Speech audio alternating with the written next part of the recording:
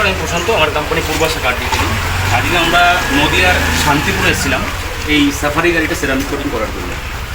এটা জাস্ট একটা 6 মান্থের গাড়ি, কিন্তু 6 মাসের গাড়ি, কোনো প্রোটেকশন নেই। ব্ল্যাক কালারের গাড়ি, ডার্ক কালারের গাড়ির উপরে 6 মাসে গাড়িটার মধ্যে এত রাফ একটা চলে এসছে যে ওনার নিজে ফিল করেছেন যে গাড়িটার মধ্যে কোনো প্রোটেকশনটা অবশ্যই জরুরি।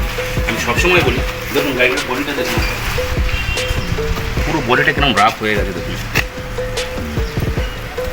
পুরো ফ্যাকাশে টাইপের, মানে ডার্ক ব্ল্যাক কালারটা বডি থেকে শুধু এখন নর্মাল একটা ব্ল্যাক কালার মনে হচ্ছে, কোনো গ্লজ নেই, পুরো রঙটা ফ্যাকা, সারা বডিতে এরকম হেয়ারলাইন ক্যাচেসগুলো পড়ে গেছে। এখন আমরা এই গাড়িটার উপরে টোটাল সার্ভিস প্রসেসটা দেখাবো, আমরা কীভাবে কাজ করছি, আলটিমেট কাজের পর যে রেজাল্ট কী আছে সেটাও আপনারা দেখাবো।